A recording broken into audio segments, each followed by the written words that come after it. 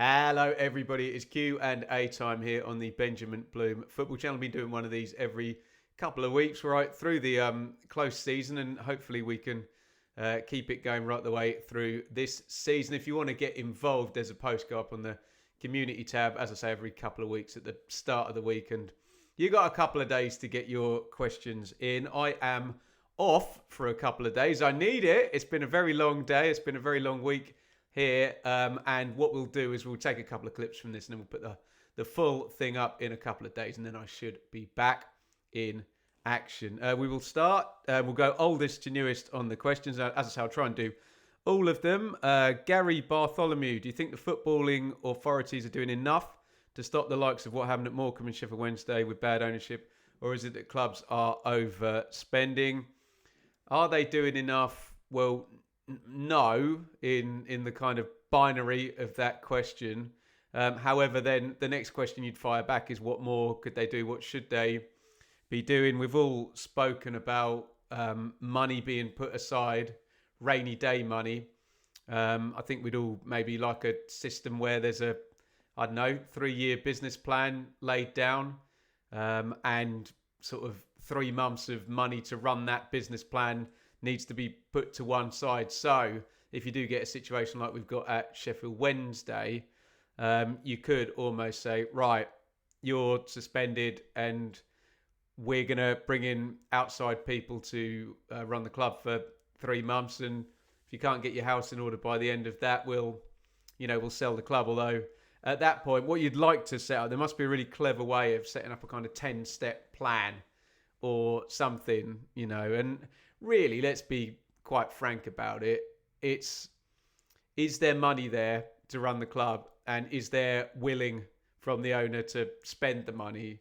If the answer to both those questions is yes, most things are all right. It is the root of all evil. But yeah, they could do more, the footballing authorities, but we're then going into legal and business and all sorts there. So let's see what the independent regulator has got to say about this.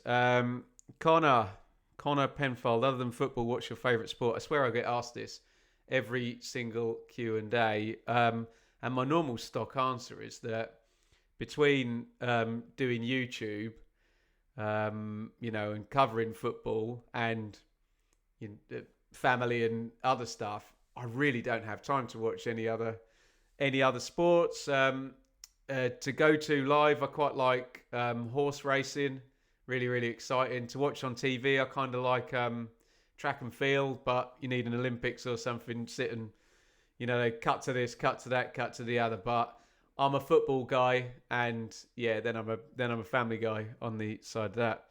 CAFC Brands, do you know the game Football Life 25? This is going to be a really, really short 2-letter answer. No. But do feel free to tell me more. Christopher, I know you didn't predict them to finish in the top 6, but can you see Leicester pushing for playoffs still, even with the poor result against Preston? I know it's early on, but with a point deduction come in. Yes, I can. Yeah, I think there should be enough quality there. I would not be surprised if we were sat here when the transfer window had closed, and maybe we'll then know about a possible points deduction. Although, to be fair, that's only, like 10, 12 days time or something, isn't it? And I think they will have done some signings with Hermansen gone now, and El Canouse is going to be the next one. So I would imagine they'll be stronger. And I think for Leicester, the problem is just not knowing if it's going to be, say, 6 points, 7 points, 8 points, whatever it's going to be. They'd just rather know and just work towards knocking that off, and knowing where you stand is a big thing here. And then you can get that siege mentality and work the minus points down. Billy Butcher, this is where I regret promising to answer all of these. Do you do a sit-down wipe or a stand-up wipe? I'm not going to answer that, but if you think you can outdo the father of a 4-year-old on toilet humour, you probably can't. After what you do with nappy changes and whatnot, it doesn't tend to make you too squeamish anymore. Vinyl SX. What is your favourite ever Ipswich shirt? I've probably got two different answers for that. One is the favourite one I've ever seen is from 1981, the white one, the white Adidas one. Brilliant picture of Kevin Beattie on that FA Cup semi-final. I think it's a third kit actually, if I'm allowed that one, or was it just the away kit? No, I think it is just the away kit. Absolutely beautiful, clean Adidas thing. But I guess my favourite one, it's always kind of the first one you get. I think the first one I got was a Punch Green King. Think Matt Holland. I bet probably the first game that Ipswich wore that shirt would have been the first of Matt Holland's run of, whatever it was, 180 in a row or something that he played. So, yeah, it would be those two. Swan Zach. Do you think our manager, Alan Sheehan, is going to stop the trend of assistant managers becoming permanent and not working out? Well, I hope so. It doesn't normally work out, does it, where the assistant manager becomes the caretaker and then becomes the actual manager. There seems to be something there with Sheehan, doesn't it, on the basis of last season. And maybe this is the right way to do it. You hold it.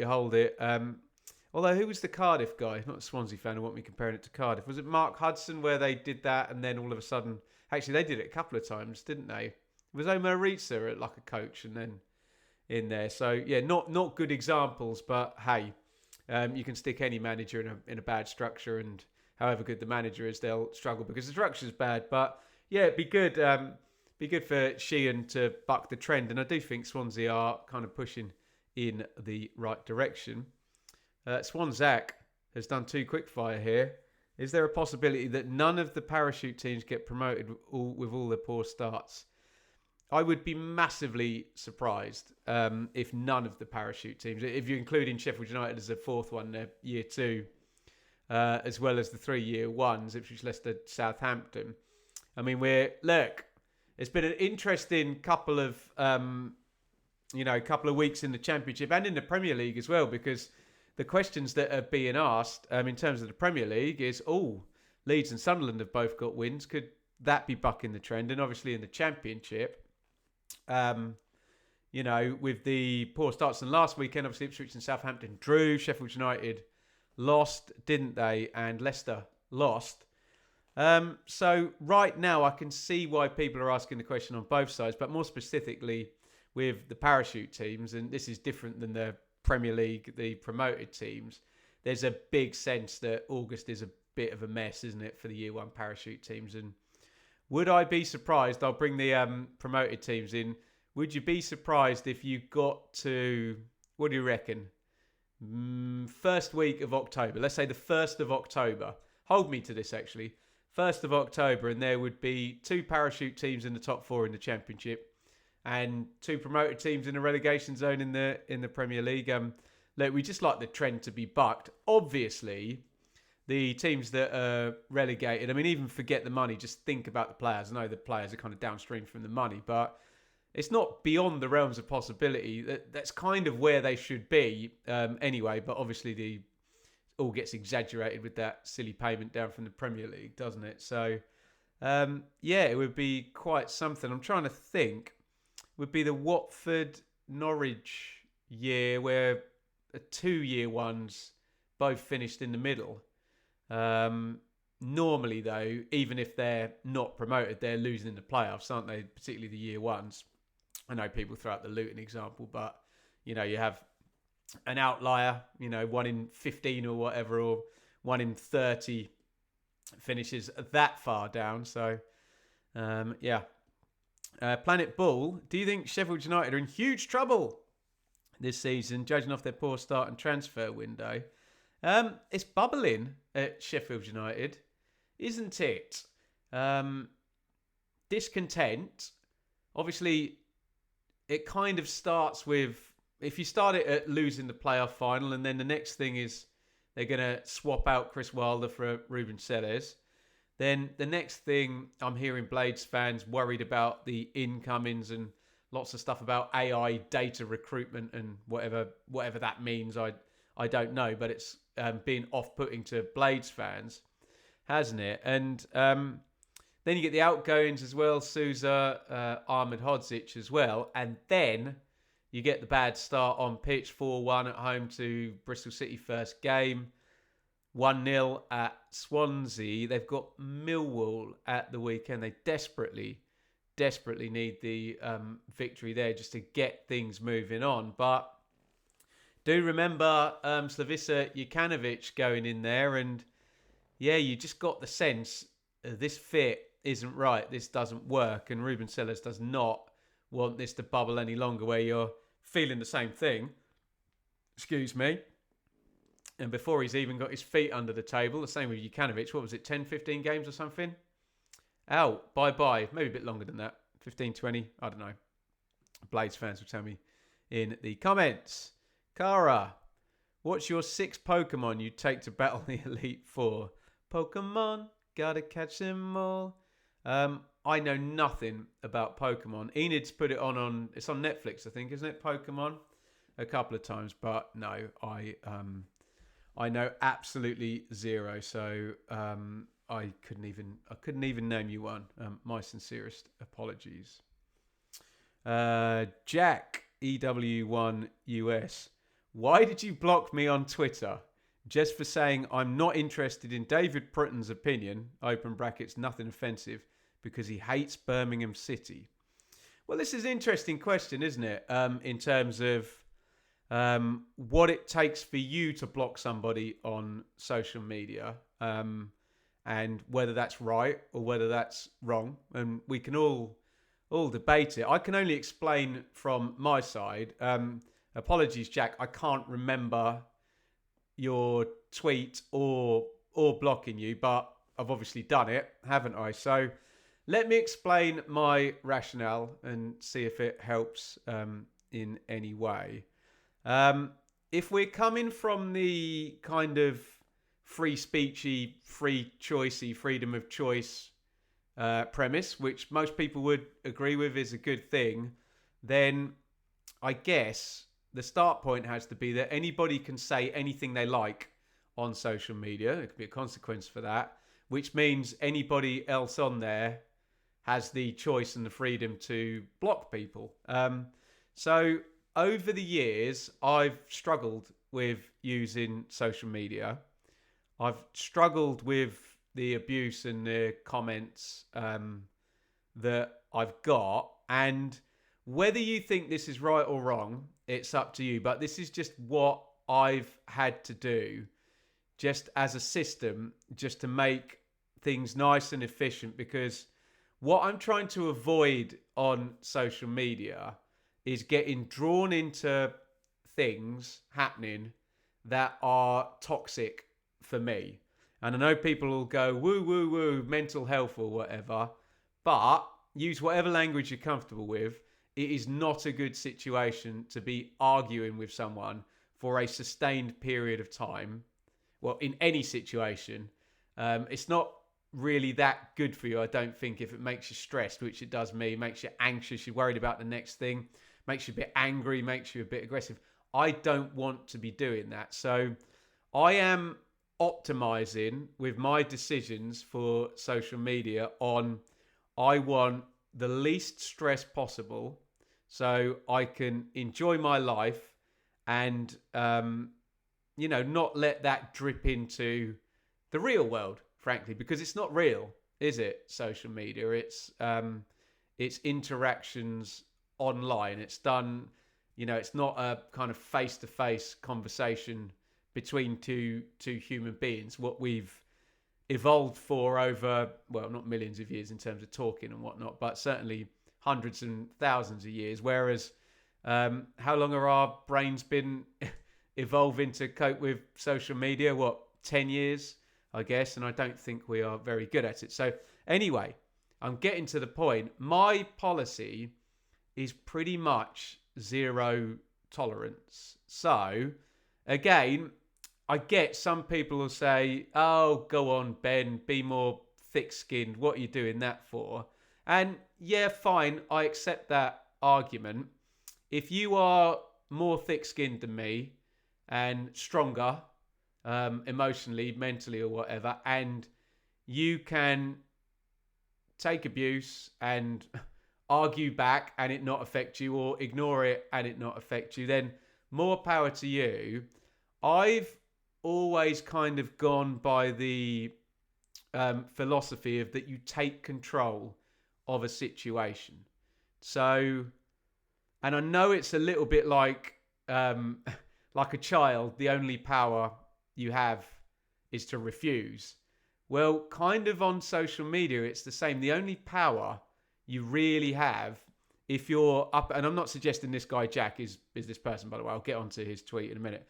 But if you're up against a troll who's determined and will stick at it, you're not going to win. There is nothing you can do, nothing you can say, and if you block them, it's all gone. It's all gone in a second. I mean, they might come at you on other social platforms, but they don't tend to, unless they're really, really obsessive people. But I don't tend to upset people that much that they want to go down kind of multiple routes. So whether you think it's right or wrong, my policy is if I get the slightest sniff, you know, if I get that feeling in me of, oh God, why is this person being like this? Why are they speaking to me like this? What are they doing? Is this going to deteriorate into me answering this person, them, and it's not going to be positive? If I get the slightest sniff, it's mute or block. And I guess it just depends on what kind of mood I'm in. And yeah, I mean, that is just the way I get that people won't approve of that, but all I'll say is if you were me, you would do that. Because I know my situation, I know my strengths and weaknesses as a human being in terms of dealing with this stuff. And I also know my priorities, and I have had situations where I've been going back and forth with someone on social media, and my missus, Shaylee, has actually said to me, Ben, what are you doing on your phone? And I'm like, and then it's almost embarrassing to tell them, oh, I'm just in a conversation with someone. Oh, who's that? Oh, I don't know. What are you talking about? We're arguing. What are you arguing about? Parachute payments. So let me get this right. You're not present with me and you're a bit grumpy because you're having an argument with someone you don't know about money paid into football clubs or something. It's pretty damned ridiculous when you think about it like that. So what I'm trying to say with all of it is sometimes I might block somebody, and I mean, you can talk about the other side of how that might affect them. Personally, if somebody blocks me, I'm not really that bothered. It's social media, and I know rejection is never nice, but if they've blocked me, they don't want to hear from me. So fine, whatever. We'll kind of move on. But if I block somebody, and I'll get onto this guy Jack now. He says nothing offensive. I wouldn't block. My reasoning is if I feel something is toxic, having this person being able to have access to me and talk to me, if I feel it's toxic. So that doesn't mean the person's offensive, doesn't mean that the person is a bad person. They've just said something which to me has raised the flag. And yeah, okay, the standard and the flag could be different depending on how much sleep I've had, how hungry I am. You know, I'm in a good mood or a bad mood or whatever. But I'm always just optimizing, as I say, to use a clangy, cringy word though, for a quiet, easy life. So, for example, what does he say he said, so he's replied to me on Twitter, said, I'm not interested in David Prutton's opinion because he hates Birmingham City. So I'm guessing this is after I did an interview with David Prutton. So I've probably read that and probably thought, what are we doing here? What good is that comment adding to the world? I've just sourced an interview with the face of football on Sky, somebody who I admire, who's In my kind of world, studying the Championship, and I discussed this with David Brutton, has got like one of the best jobs you can possibly have, being the anchor of it.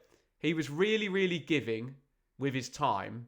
When I met him at Wembley, he was absolutely lovely to me. So this is a guy I respect and I admire, and somebody who presumably doesn't know him has taken a pot shot.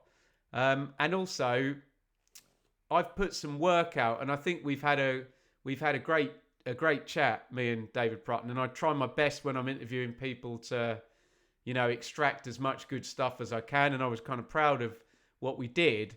So when you imagine it from the point of view of the creator, you've put a lot of effort into something, you've put it out, you like the person and the person's done you a favor by doing it, and you get, I'm not interested in David Brutton's opinion because he hates Birmingham City. Can you imagine that's a little bit like, really? And if you're not interested in someone's opinion that's come up in your feed, I mean, maybe block me, other way around, or maybe don't reply. And it also comes back to something that really, really bugs me when football fans accuse pundits of hating their team. And it's actually really, really irritating to me because I've now worked with a lot of football pundits, co-coms people, people who are on the telly, in matches, people who do magazine shows on the telly. I've worked with lots of them. And I've heard every single one of them be accused by fans of multiple different clubs, 10, 20, 30. Poor old Don Goodman and Andy Hinchcliffe. Apparently they hate every single club. And if I can let you into a little secret, these pundits, it's almost like don't flatter yourself. They don't hate your club. And I hate to say it, the issue is with the fans of the club. They struggle to hear feedback about their club. And sometimes that feedback might be completely reasonable. Sometimes it might be critical, but reasonable. I'm sure there is the odd occasion where a pundit is critical and unreasonable of a club. But please, please believe me, if you watch it from the pundit side, which I've done, and I've been on the end of being accused of I hate a club. And it's like, no, I just don't. It's just not true. From the other side, the person saying that thing is only interested in the club and has only seen that from their side. And it's become a bit of a trigger to me when people say, oh, so-and-so pundit, he hates the team I support. I'm kind of like, nah, that's just nonsense. Not only does this pundit not hate your club, but that's kind of outing you as not being able to cope with someone, trying to give rational, reasonable opinions about your club. Don't be wrong. If you find me footage of a pundit saying, I hate so-and-so club, fine, I'll yeah, okay, he's just admitted it. He hates the club. Or if someone tells me they hate a club, then I'll believe it. But if it's just based on feedback given on the telly. So, So I've got that tweet through, and I've obviously thought, oh, thanks a lot for you're not interested in my interview, and you've had a go at somebody who I admire, and you've also said something that is a bit of a red flag for me as to somebody I might not want to deal with in interactions. I've obviously just gone bang, bang, bang, block. But what I will say, Jack, is if you think anything I've just said is unreasonable, leave another message on here on YouTube, and I will happily unblock you. And anyone I block, I don't think they're a bad person. I'm not automatically saying they're offensive. I've just taken a very quick, scorched earth, zero tolerance. It's probably going to be best if I take control of this and just get out of this. So that's what I've done. And I would actually be fascinated to know people's feedback on that. Again, that's what works for me. I have 50,000 subscribers on YouTube and 20,000 followers or whatever they're called on Twitter, and I get a lot of comments.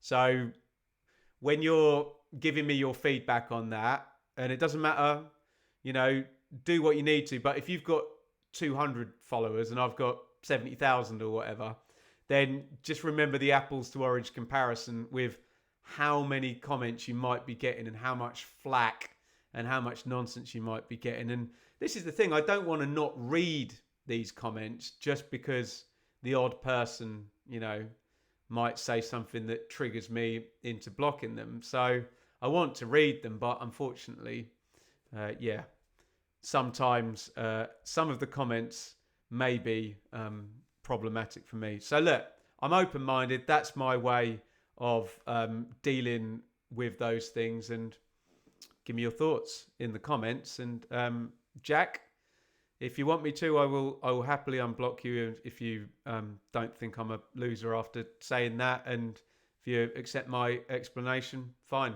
let's go. You know, all is forgiven. DD Ricky, DD, do you still think Preston are going down in 23rd? No, I don't. But, you know, we're talking about my 1 to 24 there, and it's 2 games, isn't it? So on the basis of how I felt before the season, I put Preston in my bottom 3 based on pre-season and all of that good stuff and the end of last season. After 2 games, are they one of the worst 3 teams in the league? No.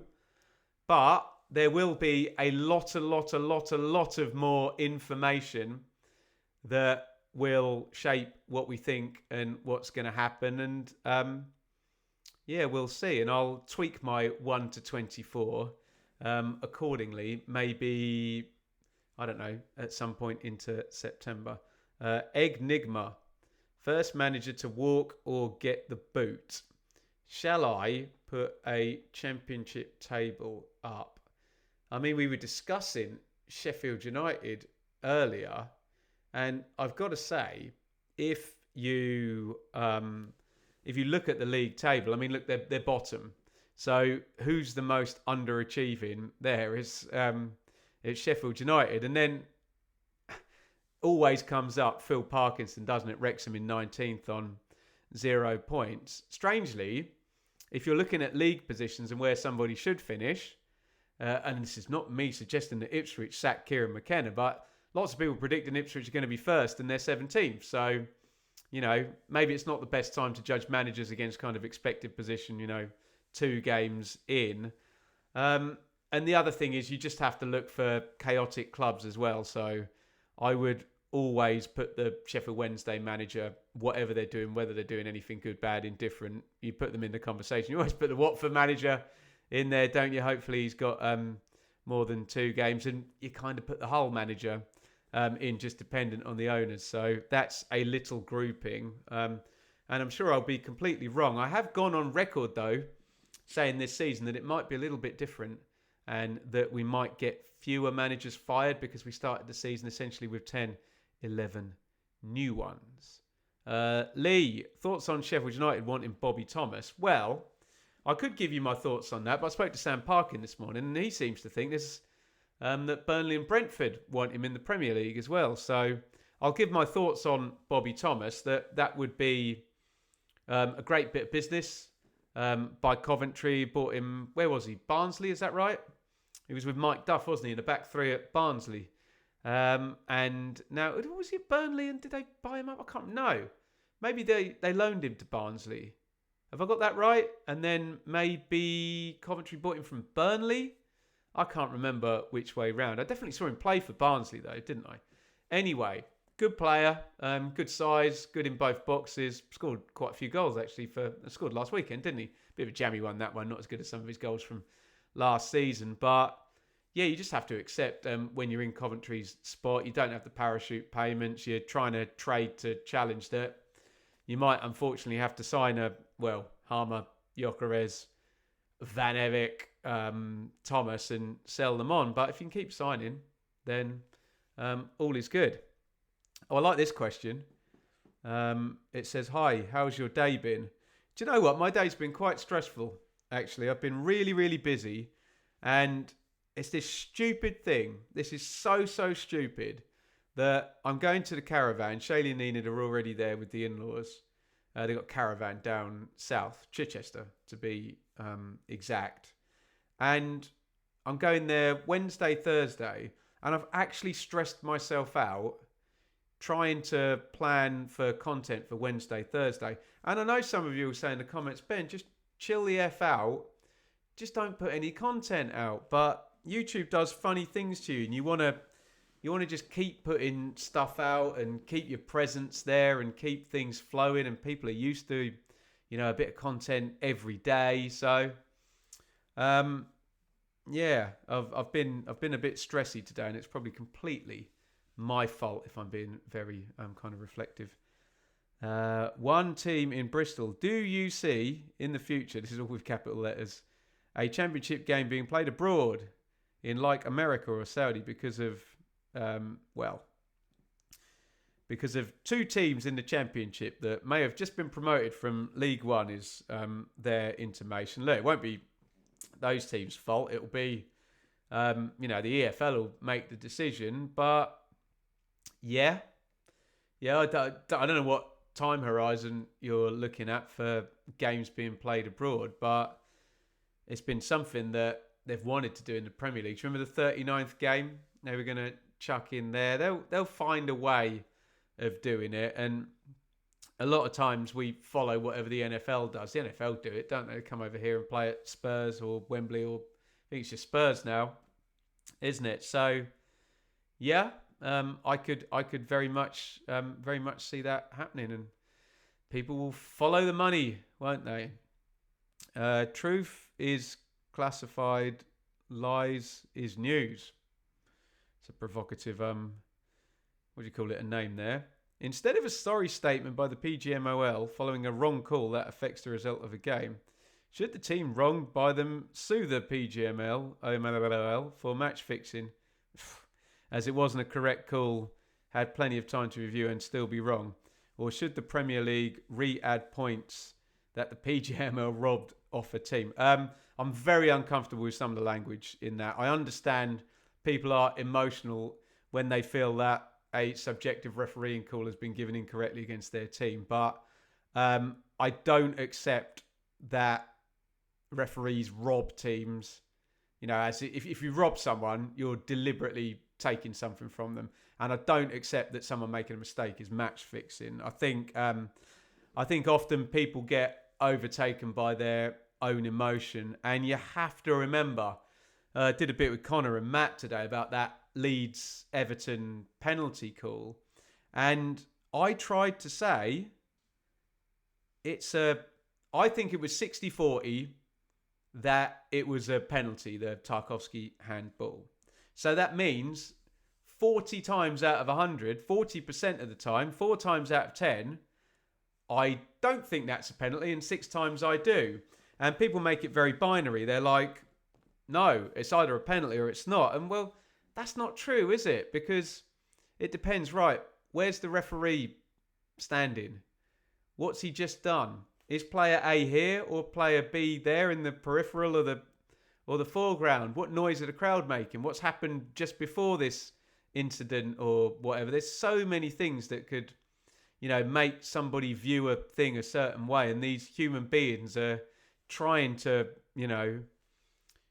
figure it in the best way and make the best call. And you really have to show enough humility to say decisions are subjective. Whether somebody's arm is in an unnatural position, there's guidance, yeah, but then it's just an opinion. Based on the guidance, is that an unnatural position? And literally, professional referees who have had all the guidance, they agree, disagree. Fans agree, disagree. The only thing I don't like is where we get into a conversation. And I tell you what, the moment I switch off is when I talk about a refereeing decision and someone says to me, oh, I bet you wouldn't be saying that if that was given against your team. And I'm like, well, okay, we're done then. Because what you're saying then is that I don't have the control, or you don't have the control over my emotions to be able to process reality when it involves my team. So how can we have a sensible conversation about it? Let's just all say that we want any 50-50, any subjective decision to be given to the team we support. And if it's not, we think that that's wrong. What I will say is, feels like I'm having a go at this poor guy, is that I know what the PGMOL are trying to do when they get one wrong. And in life, would you rather have somebody who has authority over you wrong you and then just say nothing and just go on with their business and you just have to suck it up? Or would you rather they showed a little bit of humility and said, right, we tried our best. And again, I don't agree that means that someone's robbed and that it's match fixing. We tried our best and we didn't get it right and we're sorry. Which would you rather? Because if I'm teaching my 4-year-old daughter a way to behave, if she accidentally wrongs somebody at school or whatever and knocks paint over their picture or whatever, do I want her to just walk off and ignore that it ever happened? Or do I want her, even if it's painful, do I want her to go and say sorry and say, I'm really sorry, I didn't mean to do that, and I know you're upset, and I got it wrong and I shouldn't have knocked the paint on your picture of a cat or whatever, but I did, and I'm sorry, and I hope we can move on from this. That's what I'm going to teach my 4-year-old daughter to do, so I don't mind it. In terms of suing the PGMOL for match fixing, no, just a big no for me. I'm bored enough of FFP, PSR, lawsuits, 115 Manchester City, Leicester, and loopholes and statements and 3-year minimum loss limits, and can we just watch the guys on the pitch kicking the ball in the goal? So no, stop making football legal. Anyway, that's my take on PGMOL apologies. I understand why they give them, and I understand why they're painful to receive. But in the cold light of day, all I'll say is put yourself in the referee's position and the PGMOL's position and say what you would do differently. And if the answer is, oh, well, I would just get every decision right. No, you wouldn't, because I come back to my comment about pundits and fans, because what is right to one person is completely wrong to the other because of tribal allegiances, subjectivity, and emotion. Let me know your thoughts in the comments on PGMOL apologies. Tom, I can't read that. Tom McKellum asked on the other video, but I'll ask here again, where do you get your fancy shirts from? Not being a dick. I didn't think you were being a dick, Tom. Fancy shirts. So at the moment, we've got a very nice deal going with the SHIT shirt company, or their bad shirt company if you're clean there. So you can see a couple of links there, and they've hooked me up and you can get 20% discount there. I've always kind of liked noisy shirts. I don't know. You can call me an attention seeker, but I'm fairly unexceptional, really. I'm not that tall, so I grow my hair out, and I don't know. I feel good when I make the effort to dress up in a snappy, noisy shirt. I get that other people find it a little bit offensive and garish or whatever, but each to their own. So my advice would be to you, go into the shop, find the rack where they've got a load of shirts all the same that nobody has bought, and buy that one in your size, because you'll be the only person wearing it and it will stand out, hey? Matthew Fleming, I know Matty. Thoughts on the newly promoted teams to the Championship and their performances so far? Very good. Yeah, very good indeed. Charlton, double clean sheet, 4 points at the moment. Birmingham also 4 points, and Birmingham have gone away and won at Blackburn, and obviously probably should use whatever language you're comfortable with, beaten Ipswich. And look, Wrexham have got 0 points. I thought they're quite unlucky against Southampton in the first game, and they're far from terrible. So impressed with all three. I think it will ebb and flow. Maybe you'll see a bit of I think a regression to the mean for Charlton means they might drop off from 2 points per game, but by how much, you tell me. And I think a regression to the mean for Wrexham is they're gonna raise up. I mean, look, their points per game is 0 at the moment, so it's really not going to be that low. They're going to score points, but no, I think Wrexham will be quite good in the end. And Birmingham, I mean, I've been fairly consistent about it all summer. I think will be very consistent, so they might not be miles off where they're ultimately going to be with 2 points per game from the first two. WJ. Mills, Mariner, or Murin. You can only have one. I already chose John Walk, and I don't even support Ipswich. How about that? Mills, Mariner, or Murin. So I saw Mick Mills the other day, actually, at Birmingham. He was doing a radio. He was sat opposite me in the press room. Happy days. Legend, England captain as well. So we're kind of the reliable Mick Mills, the kind of everything striker in Paul Mariner, rest in peace, and the flamboyant flair midfielder Arnold Murin. I've got to go for the flamboyant flair midfielder, haven't I, Murin? But hey, I'd take any of them. AJMK39. Is Seles Slavicia Jokanovic Mark II? I promise I did not know that question was coming, but I will say I made the comparison earlier in the video. I hope he's not, but he could be. And I always remember Lee in the Benjamin Bloom Football Channel WhatsApp group, who is a typical, and you won't mind me saying this, dour Yorkshireman. He's, his glass can be half full or half empty, if you know what I mean. That kind of gruff Yorkshire reality bites outlook. And I remember him saying, "No, Jokanovic, Ben, that's not going to work." And I was like, "Yeah, he's great. He was great at Fulham." And to be fair to Lee, he was right. And what he said to me is, "It does not fit." And he was right about that. I wonder if he feels the same about Sellers. I hope not, because I like Sellers. But yeah, you've got to be the right guy for that club, haven't you? And if he's not the right guy, it ain't going to work. Go figure. CAFC Ben, dream holiday destination.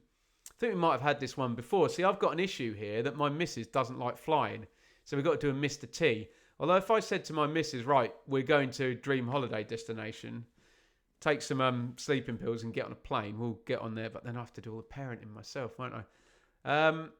Look, Shaylee and I like nothing more than sitting in the sun and eating a nice meal at night and being with our daughter. So we don't need to go far.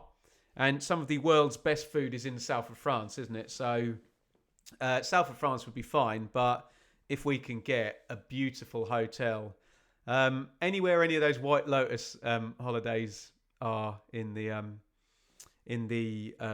excellent HBO series. Tom Bradford, favourite music venue song you've played? Interesting. Favourite music venue? Do you know what? People will make this tribal about football. I used to love Norwich Arts Centre. That used to bounce. Yeah, great venue that. One I really like doing at the moment, and it's Spit and Sawdust, but we go there with that so 90s, is the Robin in Bilston. It's proper Spit and Sawdust, low roof, but always a great audience there, and they really get into it, and it really gets going. We've had some great nights there. Song you've played. Do you know what I used to love? I used to stand in for a band called Solid Gold 70s, and they used to do, it's a bit corny, they used to do, to end the first set, bearing in mind it's tribute to the whole 70s decade, they used to do, bing, boom, bing, boom, music was my first love, and it will be my last, music of the future. Not a good key for me at this time of night, is it? But the keyboards on that are fantastic, and then at the end, loads of arpeggios and stuff. And there's one lovely bit where I think it like goes bum bum, and they did a big blat stop, and the whole place. I remember we were playing in like Huddersfield City Hall or something. It was somewhere right there, massive venue, and it all stopped and went quiet. And the cue to come back in is me going dugga dugga dugga dum. And because I'm a complete show-off, I like to go bum, bum, blum. Because I watched too much of that Michael Jackson documentary. Let it sizzle. Let it sizzle. You got that beautiful silence, and I've got the whole room in the palm of my hands, and away we go. So, yeah, let's go for Music Was My First Love by John Miles. Remember that one? Just great for keyboards, hey? William, Preston made Leicester look poor, dominated them for most of the match. Hecky's new team can't wait for Ipswich. There you go. Not a question, but a comment. I've read it. Jamage, you cover such a scope of football from the Championship right down to League Two. I sometimes wonder about the challenge of doing that properly because so much of a team's true quality for all weaknesses shows up in little moments you only spot when watching a full game. With YouTube being so content driven, how do you balance the need to speak confidently about teams you might only have seen in highlights rather than 90 minutes? You just show humility. That's all you do. You say in no uncertain terms, I study this league. I study the Championship as a whole.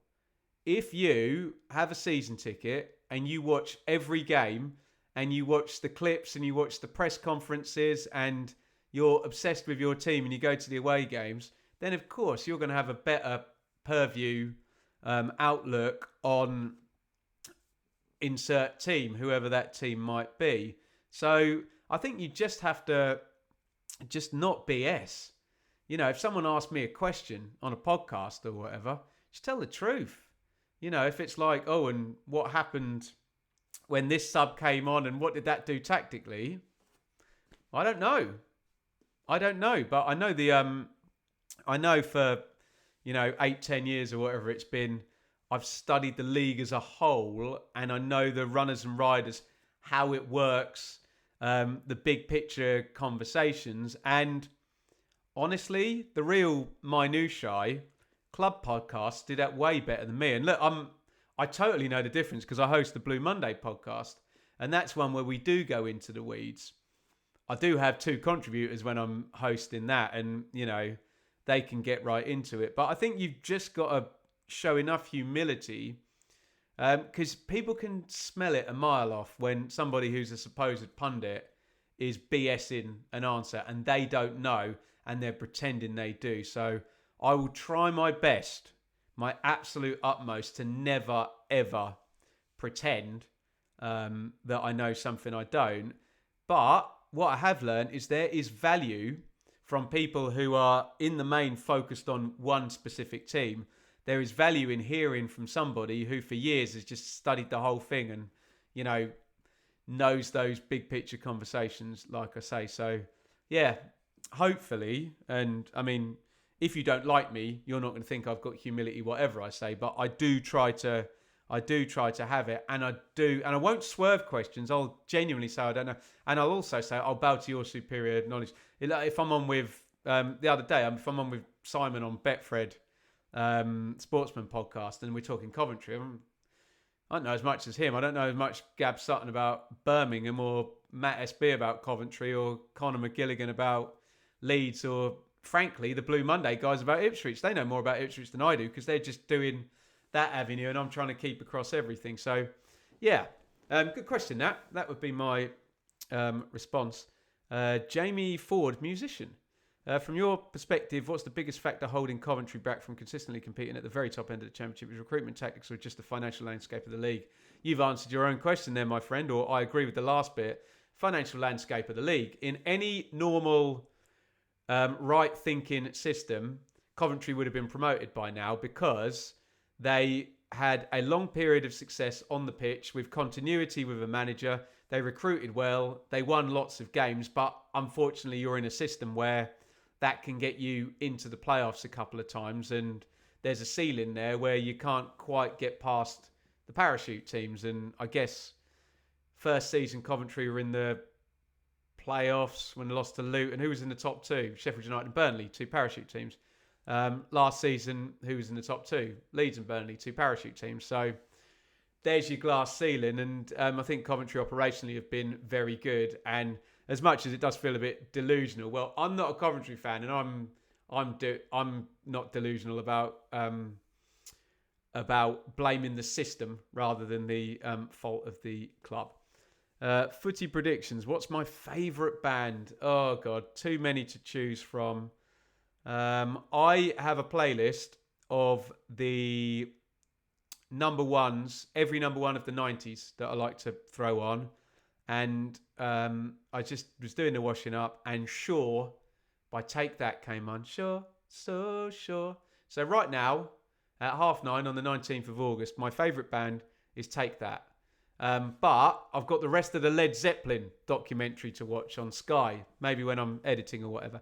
And then Led Zeppelin will be my favourite band. So I try and dot about.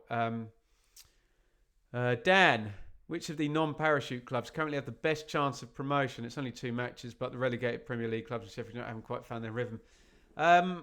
Birmingham and Coventry and Norwich would be my 3. Birmingham have got all the momentum in the world, really good recruitment and a great season last season, good manager by the look of it as well. Norwich, I also think have got a good manager and have had good recruitment and, could push. And again, it does, talking about the system, it does take, parachute teams to F it up, not to put too fine a point on it, doesn't it? They should have the advantage to do it, but doesn't always translate, does it? Who was the other one to say? Coventry. Yeah, and we were asked about Coventry a minute ago. Just, operationally very good and have been scoring lots of points and winning lots of games for lots of years now. Elliot, is Southampton going to win games this season? What do you think of them as a team? Yeah, of course Southampton's going to win games. I like what I've seen from Will Still in this 3-5-2, use whatever language you're comfortable with, 3 centre-back system. Got loads of good strikers, haven't they, as well?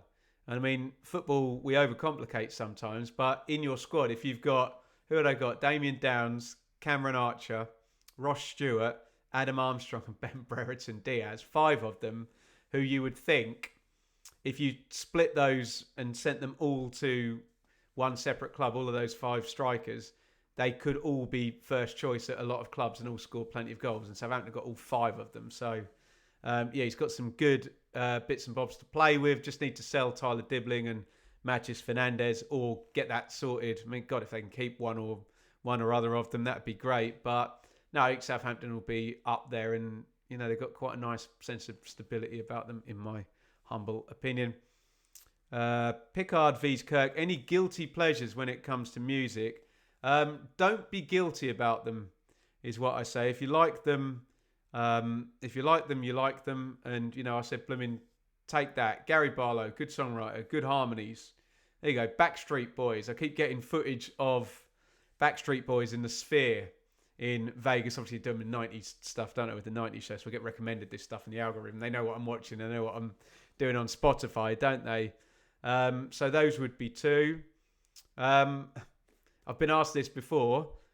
Chris de Burgh, I got given an album of his as like a newspaper promo that a mate of mine got for free, and he said, I don't want that, you listen to that. And I remember putting it on, and I was like, well, he may be the most uncool guy in the world, but he can write, he can sing, he can play piano, play guitar, etc. The man has talent and big eyebrows and lady in red.